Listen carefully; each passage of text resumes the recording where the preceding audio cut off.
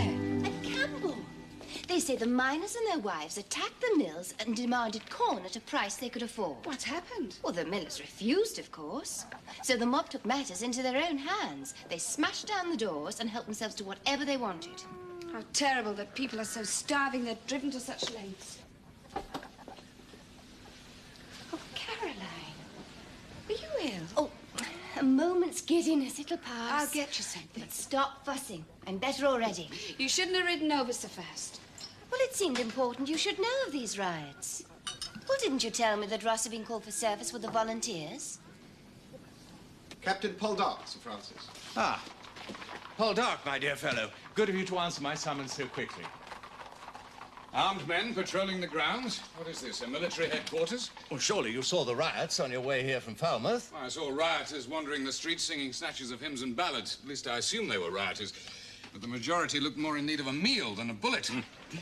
As you know, I hold the King's authority to maintain law and order in this area. Yes, of course. As the principal landowner, I also have the right, indeed the positive duty, to put down anarchy when it threatens. That is what you consider these riots to be, anarchy. What else?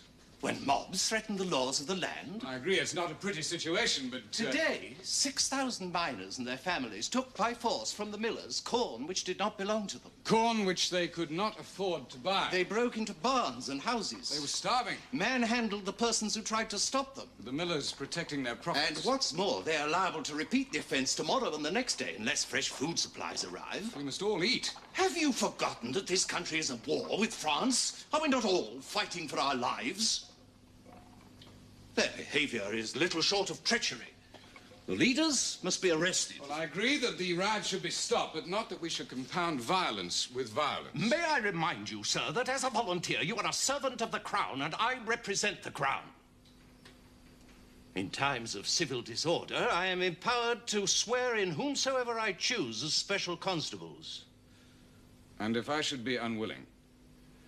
Your divided loyalties in these matters are well known. Nevertheless, in this affair, you have no choice at all. Now, there is a man called John Hoskins who worked for you once, I am told. I require him, sir. You will take a party of men and bring him to me at once. What will happen to him? If he be found innocent, nothing. And if not? That will be for the judges to decide.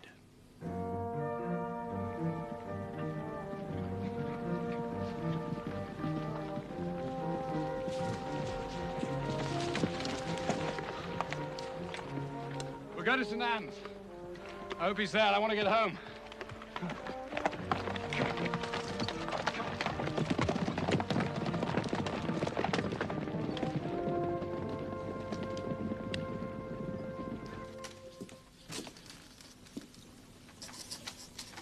Why are you not packing? I told you this morning, I'm not going to London with you. Elizabeth! I will not be spoken to by anyone the way you spoke to me before Drake Khan. That man should not have been admitted to my house. He came to see me. Is it no concern to you? No concern?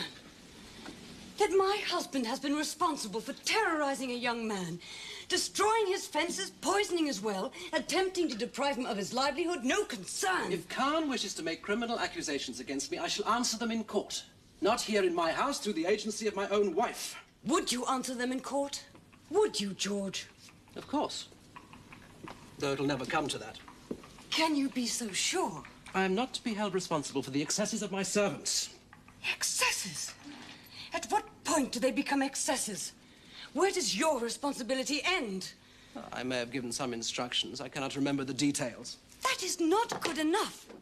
You know and I know that that young man is being harassed not for his own sake, but because he is the brother-in-law of Ross Poldark. Elizabeth! Is that not so?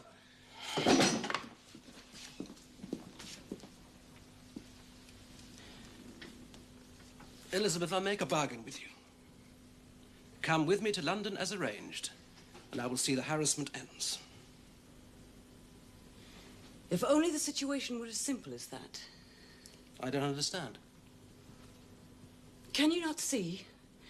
This matter of Drake Khan is but a symptom of our state, to the point where You are talking nonsense. To the point where I question the wisdom not simply of traveling with you, but of staying with you another single night.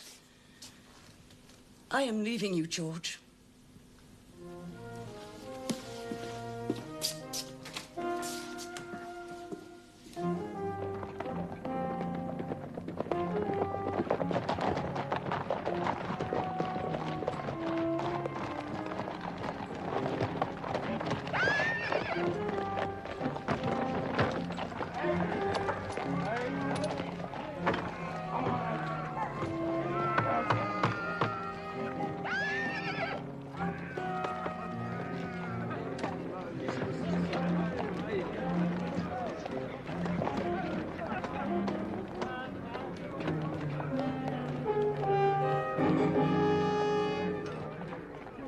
Hold him!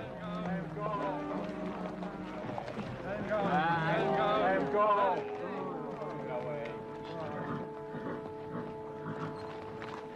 Sorry, John. Damn you, Captain. How'd you find me? I've known you, John Hoskins, ever since you were born. I know your every burrow and scrape. I had to find you. So, you run with the hunters now, against hungry men.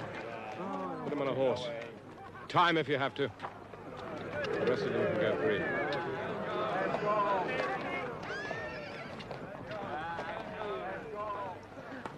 What are you doing here? Just visiting.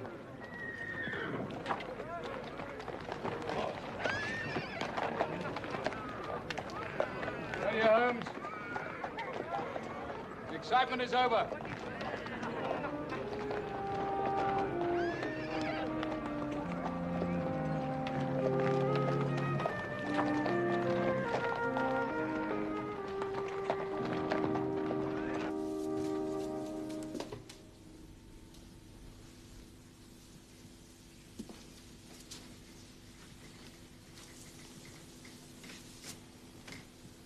You were not serious in what you said. Elizabeth, I am in torment. You cannot know what torment. I believe you are still in love with that man. Do you hear what I say? Do you deny it? And if I did, my denial would be as meaningless as your question. It is not my feelings for Ross Poldark that are the source of this suspicion, are they, George? Then you don't deny it. You, who can command so many men, order the lives of so many people. But I command you. You cannot accept the simple truth about your own son. Is he my son? Is he? Listen to me, George, and hear what I say. I swear on this holy Bible, as a believing Christian and in the hope of my ultimate salvation, that I have never given my body to any man except my first husband, Francis, and after him to you. Is that enough for you, George, or is my sworn oath insufficient to convince you? I don't want to lose you. I cannot live without you. Suspicion and jealousy, you may condemn them, but they are a measure of my regard, my love. Then you must cease to love me so well. But the truth is, I can bear the other no more. Forgive me. Forgive me. You should have seen them, Dwight. Poor half-starved devils, shivering in the dark. And the children, rioters. Drink it up. In God's name, haven't they the right to bread? Bassett sent for me also, but I didn't go. Well, I wish I had your courage. There was no question of courage. You were there. I wasn't. I should have been helping them, not hounding them. You? The man who never agreed with democracy. Decent sharing. You have to fight for that. Politics again. You still think I should have accepted that nomination for Parliament? Go home, Ross. There's no point in blaming yourself. Nampara is your life. Concentrate all your feelings there. That's easier said than done. Why? You have a wife who loves you, your children, your work. You seek nothing more, or so you say. Very well. Hang on to what you've got. Is that your professional advice? I'm saying that what you have is more important than what you believe you hanker for. Go on like that, and I should be tempted to play the physician myself. Meaning what? I hide nothing from you, Ross. What you see is what I am. Just that in my case, marriage came too late. I was, I believe, too desperate to find what you already had. You must have a child. I think you would like a child more than anything else. She says it is her fault. Well, she may be right. I believe her to be anemic. And these dizzy spells... Now, she's not an easy patient to tend. Most of my potions, I suspect, are tipped into the flower bed. Well, why don't you take her away? You've never had a proper honeymoon. Perhaps next year. Take her away, man, now. And if what you're saying is that you envy me... No, I'm not an envious man. What I'm saying is that sometimes we must accept our limitations. Your happiness lies in Demelza. And yours in Caroline. Perhaps what we both need is another adventure in France, eh? God forbid. I was still trying to repair the ravages caused by our last stay there. I have, by the way, undertaken to examine Hugh Armitage next week. Armitage, is he back? He's been discharged from the Navy. There seems to be a general agreement that he's going blind.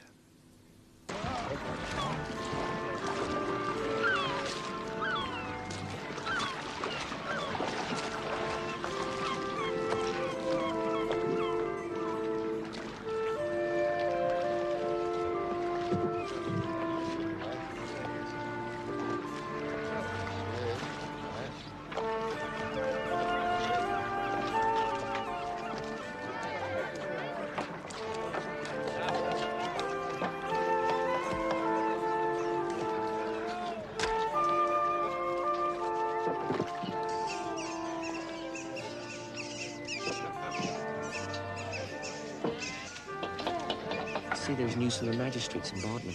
Yeah? They say they're going to be let off for the talking to. John Hoskins included? Well, all they say. Thank Almighty God. There be justice in the world after all. Hey.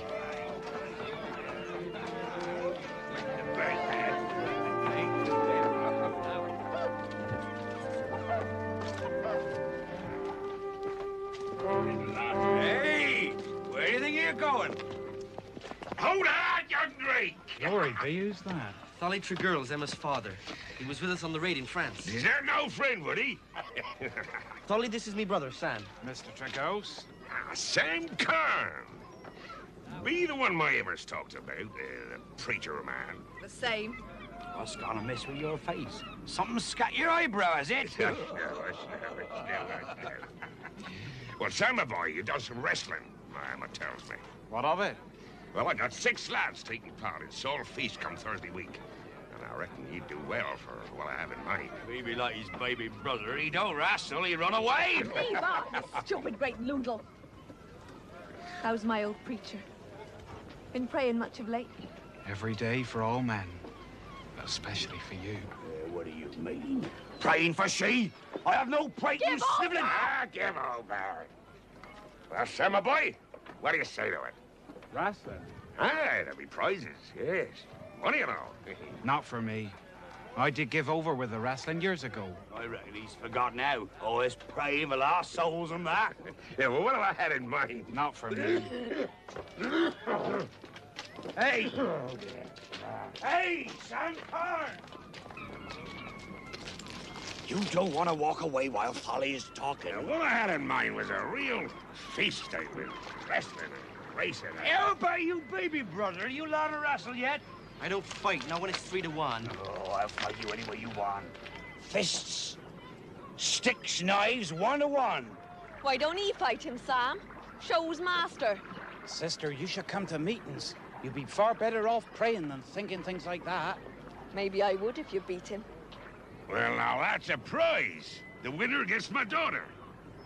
You mean that? You come to meetings if I win? How long? 3 months. But you gotta win. Hey, what about me? What happens if I win? You marry me? Maybe. Maybe not. That's your worry. Go away, Sam. They don't mean it. They do mean it. Yes. Well, drown me, that's grand. A real prize fight. Best of 3 falls. It'll be that all right. Come on, girlie. Back there, we'll have another job. You heard what the magistrate's done to your friend, John Hoskins? Give him a lecturing like he deserves. Not John Hoskins. He's for a hanging. And I'm gonna do the same for you. With my bare hands.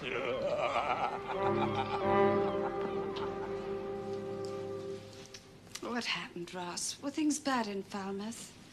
Look, why don't you tell me about the riots? I do not want to talk about it. What do you want? Tent rate. Coming here this time of night, but he's here just the same. What are you talking about? Visitor at this hour. But tent rate. Sam, what do you want? You know what time it is. Ross has only It's just all right, got Demelza. back. I think we have something to say to We each other. can't wait till tomorrow. You're tired. Leave us. Close up, Judd. And don't hang about. Yes, sir.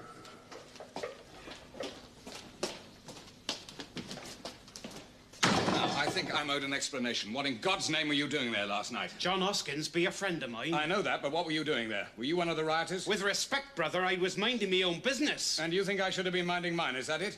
Have you forgotten that this was my business? Any other officer finding you hiding there would have taken you in for questioning. We were not hiding. Then what were you doing? Praying. His wife and youngest be dying of the starvation fever. 2 days and 3 nights he was on his knees. Such a load of praying be too much for one man. Then why didn't you come to me? I would have done something. And for Luke's family, and Jed's and William's, would you have done something for them also? Nay, but God would. How is Hoskins' family now? Half in, half out this life. Well, Hoskins will be back with them soon. I heard this morning that the magistrates had let them all off with a warning. Not John. They take him. Now they're going to hang him. Hang him?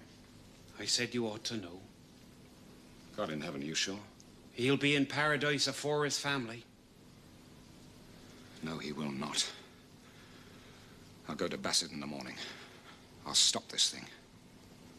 I'm sorry, I can do nothing. The court has convicted him. Hoskins must hang. One man? What difference will one man make? That one man was the ringleader. Why do you think I sent you to arrest him? He's been behind all the trouble in this area for months. His family is starving. I am not unaware of the distress in the district, but it does not entitle men to take the law into their own hands. But does it not behove those administering the law to show some compassion? My dear Poldark, this whole matter was considered most carefully at the trial, and the sentence passed there. But you could commute it. I cannot, nor would not if I could. It is the law of the land. Law without justice. It sickens me. Justice is a changing thing. It is never easily won. Laws are made in Parliament.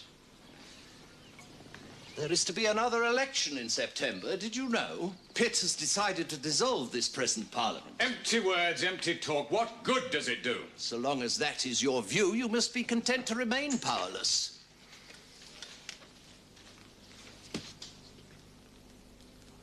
Why not? Ask him to step this way.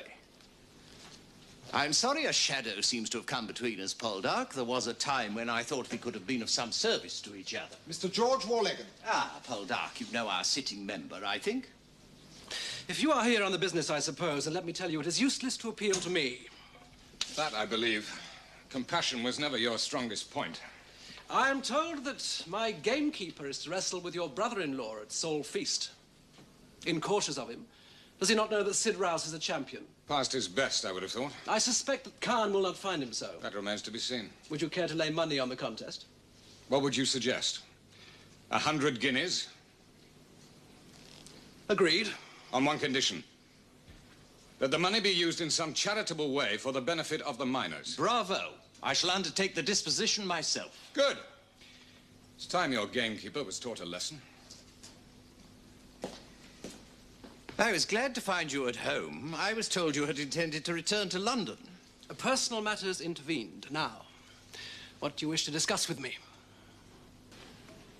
But surely, would Lord Falmouth not help? I've no doubt he would consider himself above such matters. Well, we're to dine with him the day after tomorrow, if you were to ask. No, I've done with these politicians. If Hoskins is to stand any chance at all, my time will be best spent with the lawyers in Truro. At least all they demand is money. But I've accepted the invitation. Then you must go alone. What? No, you must. The farmers will understand. And it may help Armitage if you're there. Dwight is to carry out his examination, I understand. Well, if you really mean it. Of course I mean it. Demelza, there's something I've been meaning to tell you. It's been on my mind for months. When you questioned me recently about Elizabeth, you were right. I have seen her. When? Many months ago. We met at Saul Church. It's the first time I've spoken to her in years. Do you still love her? Our meeting was... Do you? Not in the way I love you. But I do have an affection for her and always will. Why did you not tell me this before? Would it have made a difference? I don't know. I suppose I didn't want to cause you any anxiety. Then why tell me now? Because I want you to know that I understand about Hugh.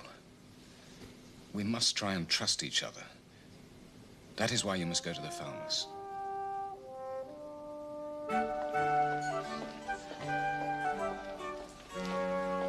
Mrs. Poldark, how good to see you again. Mrs. Gore. And Caroline, why you are looking prettier than ever. Wedlock agrees with her, Mrs. Gore. There speaks an authority on the subject. I hope you'll have my nephew restored to perfect health in time for the election, Dr. Ennis. I need a young and vigorous candidate to bring the constituency back to its proper interest. Perfect health, my lord, is hard for any of us to attain. Why, Lieutenant Armitage, I've been hearing of your visit to the Great Seal Cove with much envy. Fortunately, Mrs. Ennis, there were no seals there. Not one. Then why ever did you go? Well, to be sure, to discover that for ourselves. Ignore my nephew, Caroline. He's such a tease. I'm sorry your husband could not accompany Mrs. Poldark. I'm told he had business elsewhere. Yes, my lord, very important business. Concerning a man's life. So I have heard. The agitator, John Hoskins. Agitator, my lord. Rather a man in need of charity, would you not say? Well, these are difficult times for charity, ma'am. Men have been hanged for mutiny in the Navy. Should we be more lenient simply because a man is a civilian? And is it right you should hang a man merely because he is starving? Me, ma'am? It has nothing to do with me. Well, then I agree with my husband. What is the use of all this political power if it leaves you as helpless as I? I do not know how Hugh will take to a parliamentary life after his time at sea, even though he be lucky enough to attain it. Why, I shall make the best of whatever life has in store, Aunt. I've had few complaints up to now. Well, that will make an admirable change for Parliament. A member with few complaints. Have you heard whom Bassett is putting up with Warlegan, my lord? I'm sure Bassett has as little idea as I have. Good men are hard to find. Well, you're not going to get my husband. I'm not losing him to London. Now, you can take Dr. Behenna. Nobody will miss him. If good candidates are scarce, my lord, why do you not settle your feud with Sir Francis and agree on a mutual choice? Why, Demelza, I believe you've struck. With respect, this hardly seems a suitable... Dwight, let Demelza speak. I believe she has the answer. Well, madam?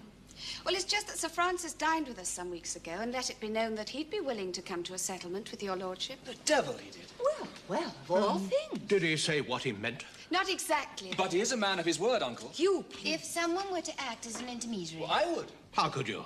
As prospective candidate, your position would be immediately suspect. Nor can I agree to your going out yet. But time is so short, Dwight. Wait, my lord. Will you dine with Dwight and myself next week? That's very good of you, ma'am.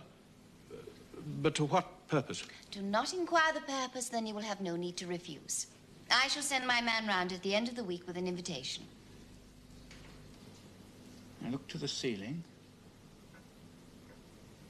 And now to the left.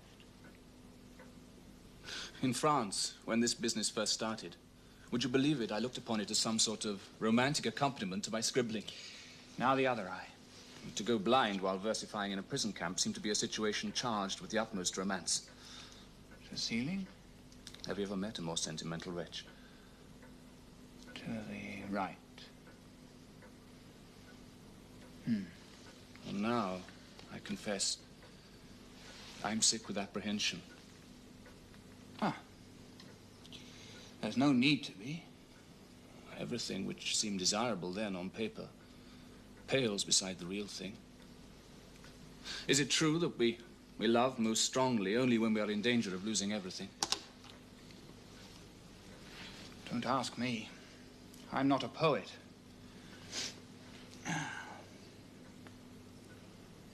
Shall I tell you what I desire more than anything?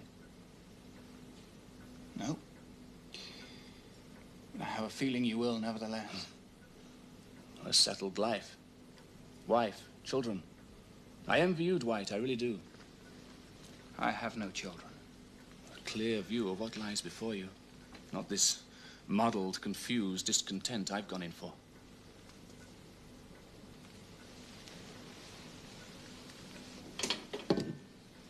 I see no sign of a cataract.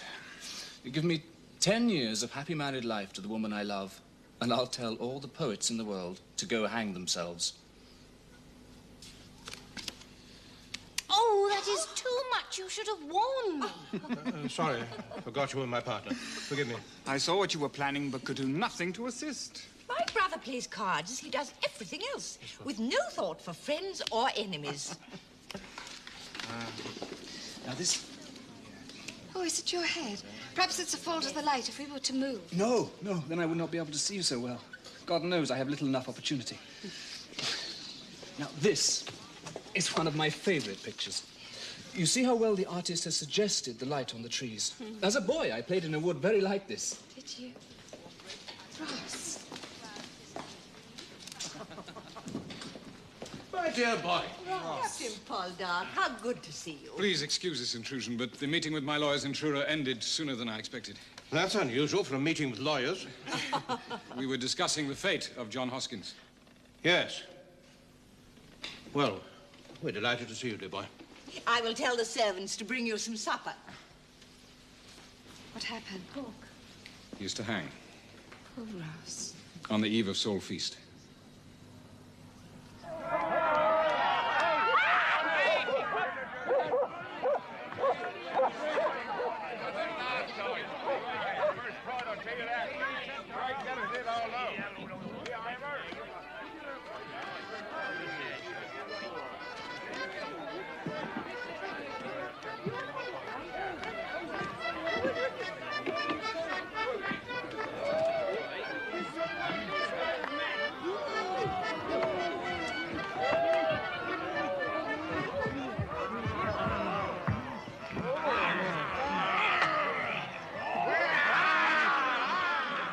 It's all right. I'm not really a lion. I'm only a player. What is this lying on the ground? A bloody mantelpiece I have found? Oh! 'Tis hers, her perfume, I can tell. She's been killed, done in. Oh, bloody hell! But if she has gone to heaven's door, alone she shall not remain. I draw out my trusty sword, and I stab myself.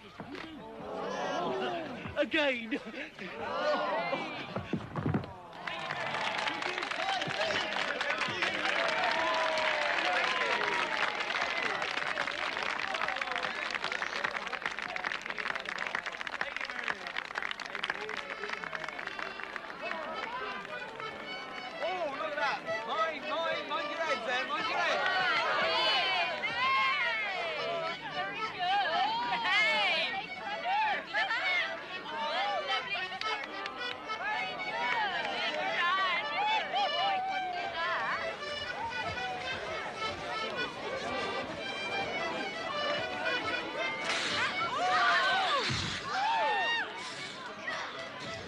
Mr. Whitwer, Mrs. Whitwer, it's indeed a great pleasure.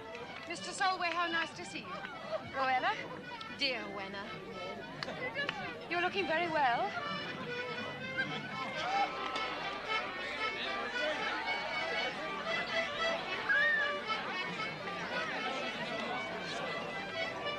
Well, Rowena? Mr. Whitworth? I trust you're in good health. Thank you, yes, I'm quite well. And the, child? Child?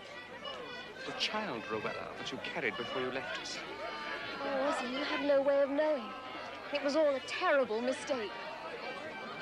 Mistake? I was very stupid. Being inexperienced in these matters, it appears that I mistook the signs. I was not with child after all. Not with child? I'm deeply grieved that I caused you such trouble. But in the end, it has all turned out for the best, hasn't it? Osborne.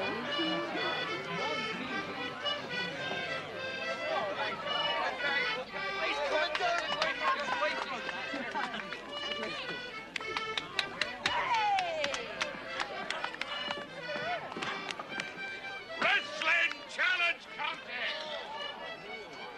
Best of 3 falls. 3 3-point falls for the prize of 2 guineas! He's as bulk-headed as a mule. You want to watch him in the itches. God will decide it. Well, Ross, we're here to enjoy ourselves. You did all you could for Julius. Stand forward!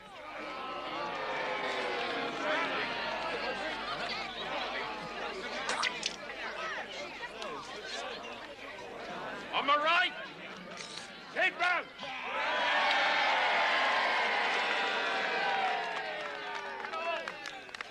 On my left, Sam Carr.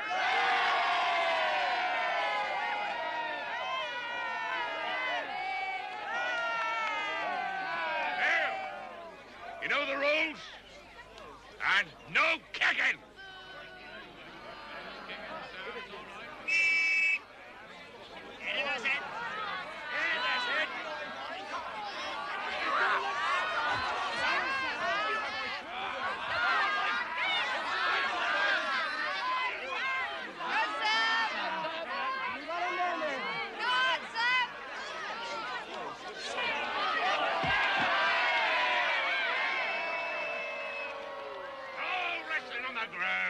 Up! Right, let's stand by. Good.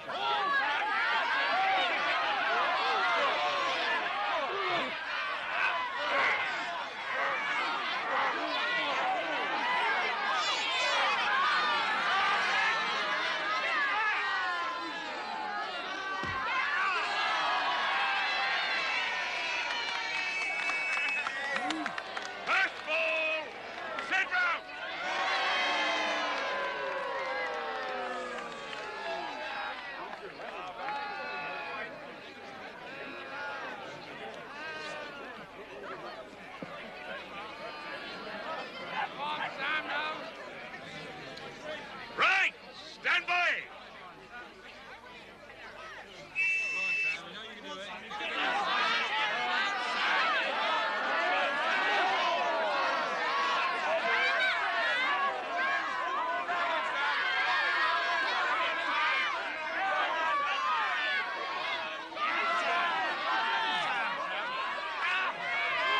Put his hands there, Sam. That's it, Sam. Hold it down.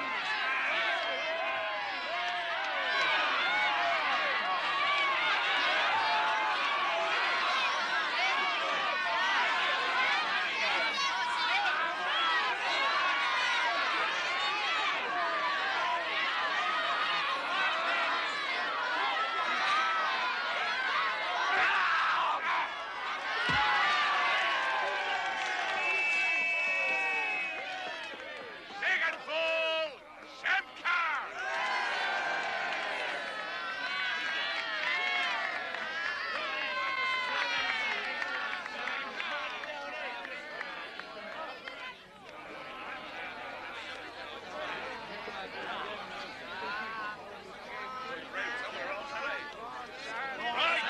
Right, go to it, the beauties.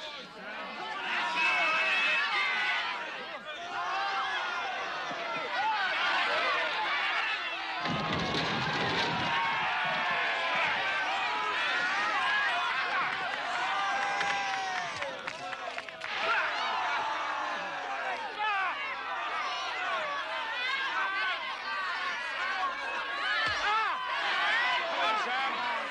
Come on, Sam.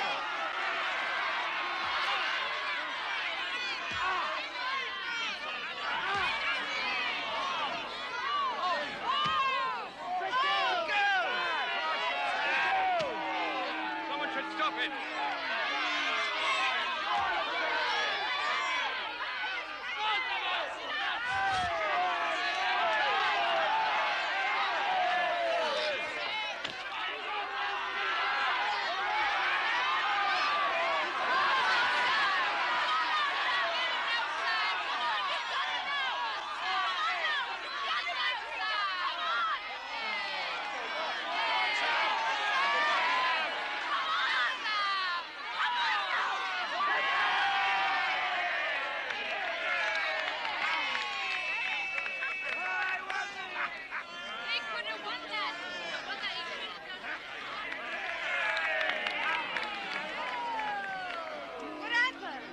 just seem to give up. I want my prize now.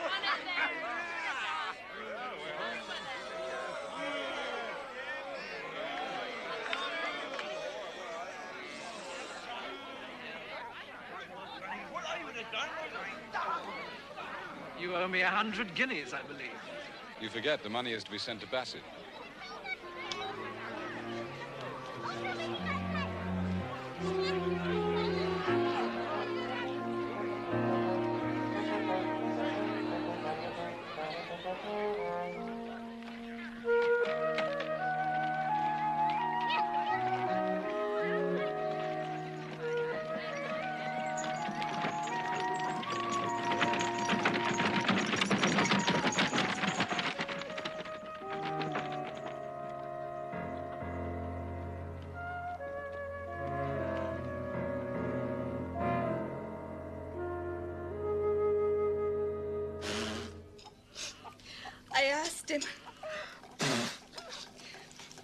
I asked him, Sam, why'd he give up to Sid Rouse? And you know what he said? He said, it come to me in that moment when I was near to victory. It come to me to think of Christ and how he was tempted by the devil and how he refused. Sam said that? Sounds like Sam. There's many in the village that says it was cheating Sid Rouse won by and that it should not be allowed. Well, it's too late now. Did you know? I promised to go with his connection for 3 months if he won. Really? Well, now I be all in the air. Well, Emma, I don't know what you think I can do about it. You'll be his sister. You see, when he's winning and he makes the choice to lose to Sid Rouse, 'tis like you rejected me. I know 'twas all a joke on top, but if he'd won, I'd have kept my side of the bargain. Well, you can still do that, even though he lost. I know, but now by not winning, it's like he's thrown it back in my face. Oh, I see. Yeah. Tidn't true, you know, what they just say about me. Eh? A man's never had me. Oh, yes, I've let him take liberties, but a man's never had me. Does Sam know that? I could tell him, but his flock would never believe me. Well, you must see him. You must talk to him. But do he love me, or do he just love the chance of winning me to chapel? Well, that's something you must discuss with him. Oh, Judd, what do you want? There be a raider come all the way from Dr. Ennis at the Garden House with a message for you and the captain. Message? Ah, what's awry, I say? What's amiss? Important message, he say. Is it them Frenchies, I say? Damn the Frenchies, he say. Judd, where's the master? Well, last I seen we were playing with Master Jeremy by the pond. Go and get him right away. Yes, miss. I'm sorry, Emma, and ask Prudy to pack my night things. Yes? Well, I'll be off anyway. I did not to be bothering you like this. But love make folk do strange things. Is there anything I can do? I don't know.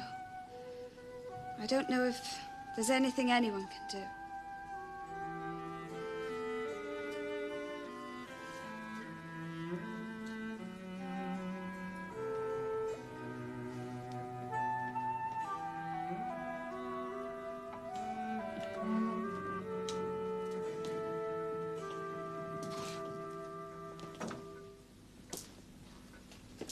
Brain fever struck about 3 days ago.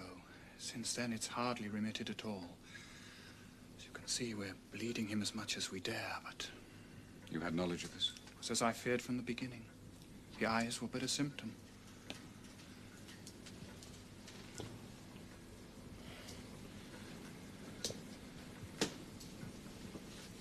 Demelza,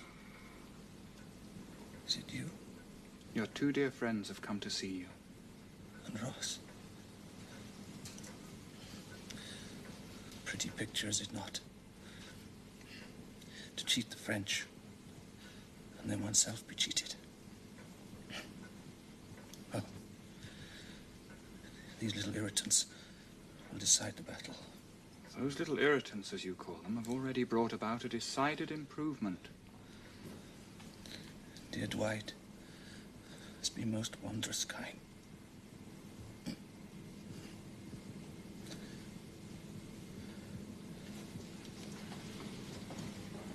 5 minutes.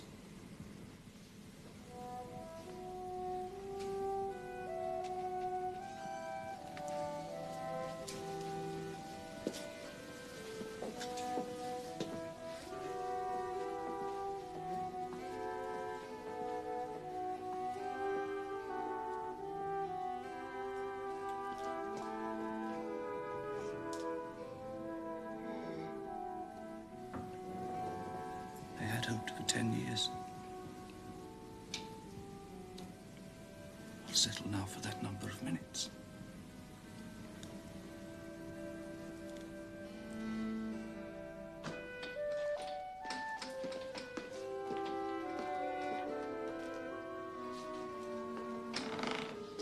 Dr. Ennis has been a great comfort. Great comfort indeed. And his wife as well. I suppose you know it's through her good offices that Sir Francis and I have reconciled our difference. Prompted by your wife, I might say. Extraordinary woman. We've already had our meeting to discuss the election next week. Next week? Well, I doubt that Hugh will be well enough to play his part. Yes. I had already raised the point with Bassett. It might interest you to know that Warlegan has been dropped. George, why?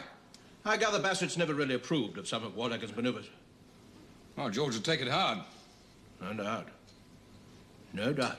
He seemed to think he was born for Westminster. Of course, he can still stand for election, though without support from Bassett or myself. As the sitting member, he'll certainly collect a certain percentage of the votes. Much will depend on the man I choose to oppose him. We must retain a strong government. Well, I'm sure you'll find some strong men in Truro. Oh, pray hope so. Well, if you'll excuse me, I must see if my wife's returned from the sick room. I had thought of offering the nomination to you. Oh, I know you've already turned it down once. But Bassett seemed to think you might have changed your mind. Bassett? He suggested I should talk to you. Well, I hardly think you can be serious, my lord. Well, we're certainly in accord on the plight of England at war, but we've argued many times on anything relating to the internal government of the country. But we are at war, Poldark. Do you not think it a time to bury our differences and direct our energies towards some service for the nation?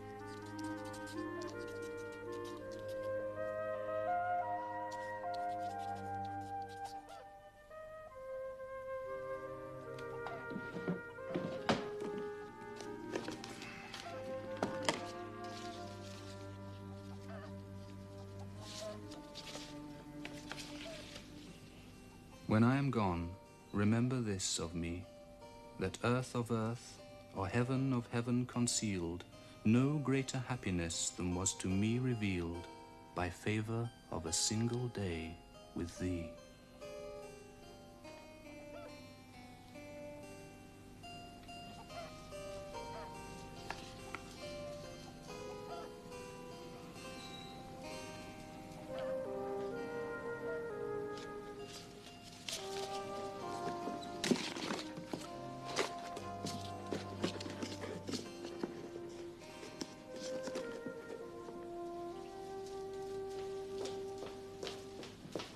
Were you writing to? It doesn't matter. I'll deliver the message in person. I'm going to Truro tomorrow. Oh, Ross, must you? You said nothing of it before. I've only just decided.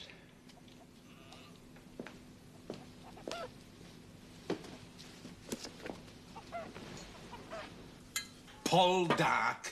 Poldark is to stand? That is my information. But how dare he?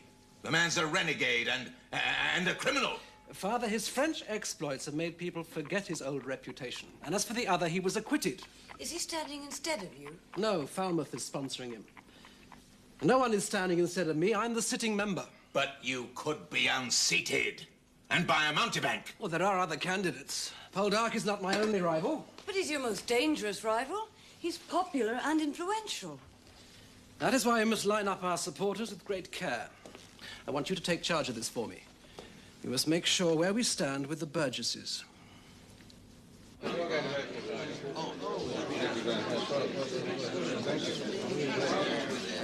That's appreciated.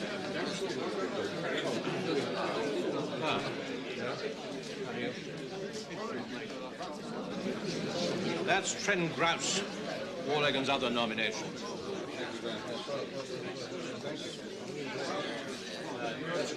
Oh, don't concern yourself. It's not obligatory to shake hands with an opponent. Oh, excuse me. You're in the mood for the contest, I fancy. You'll realize, of course, that if you win, you'll be expected to go to London almost immediately and may not return for a few months. I welcome the prospect. And your wife? She will not be accompanying me. There you are, George. Ah, you met my brother-in-law, Captain Gore. Poldark? Captain Gore. My other nominee. You and he'll make a fine combination. He with his experience at Westminster, you with your preference for a fight. You make it sound like a marriage.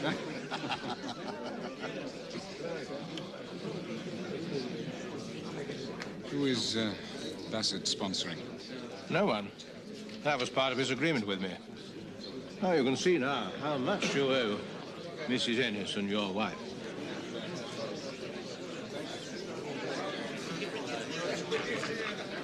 Warlegan's father's keeping himself busy. They do say that he's brought pressure to bear on any of the burgesses that owed them money or a favor. That's something we all resort to on occasion. Gentlemen, it is 11 o'clock. Will you please take your places in the council chamber? When the mayor has been sworn in as returning officer, the sponsors may talk on their candidates, and then the votes will be taken verbally, as usual.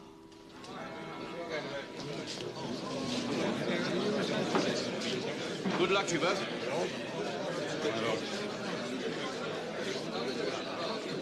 Good luck, Poldark.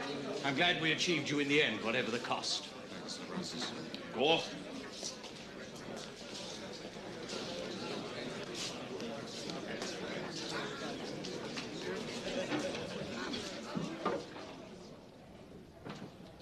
I shall now read the proclamation. Hear ye, hear ye, hear ye. You can see for yourself how pleased Horace is you called. The poor little thing's had his nose quite put out of joint and was desperately in need of someone to cheer him up. Well, I'm glad for Horace's sake, but I was rather hoping for someone to cheer me up. We've had no news of you. No. Dwight's given me none either. Well, I shall have to impart my devastating news. Caroline, what's happened? Demelza, it's too awful. Do you remember my bouts of giddiness and Dwight's theory of anemia? You're not ill. Worse than that.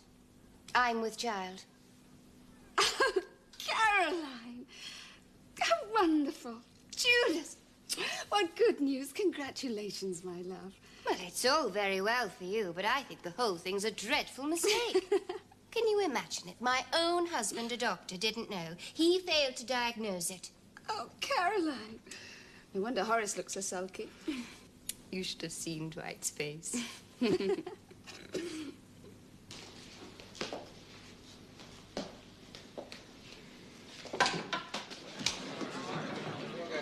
Well, congratulations.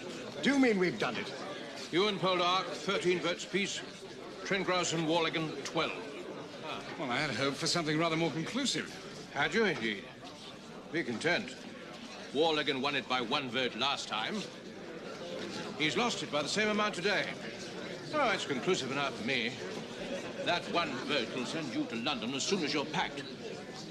Oh, well, excuse me. What? Will you not come to celebrate with us? Another time. What is it? What's happened? Demelza! The devil should.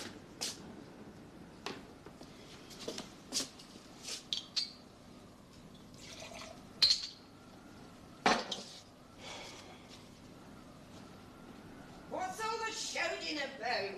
Anybody think they are... Oh, Master, Ross, he be back. Where's the mistress? Why, Mistress gone out, sir. About 2 hours gone to her. Out? Just after dinner it were. What, did she say where she was going? No, not to me, she didn't, but... Well, she weren't riding. I'd have thought she'd have been back before dark. Well, did she leave a message? No, not to me. I just gave her the letter and then I went back to the kitchen. Letter? What letter? Well, from Tregofton, he said it were.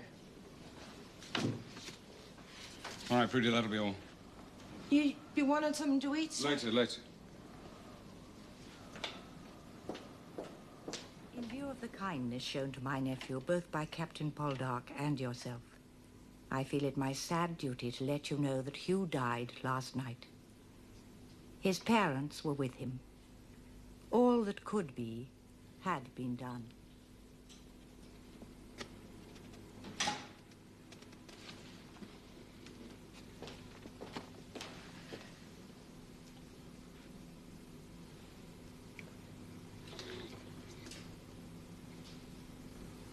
Where the hell have you been?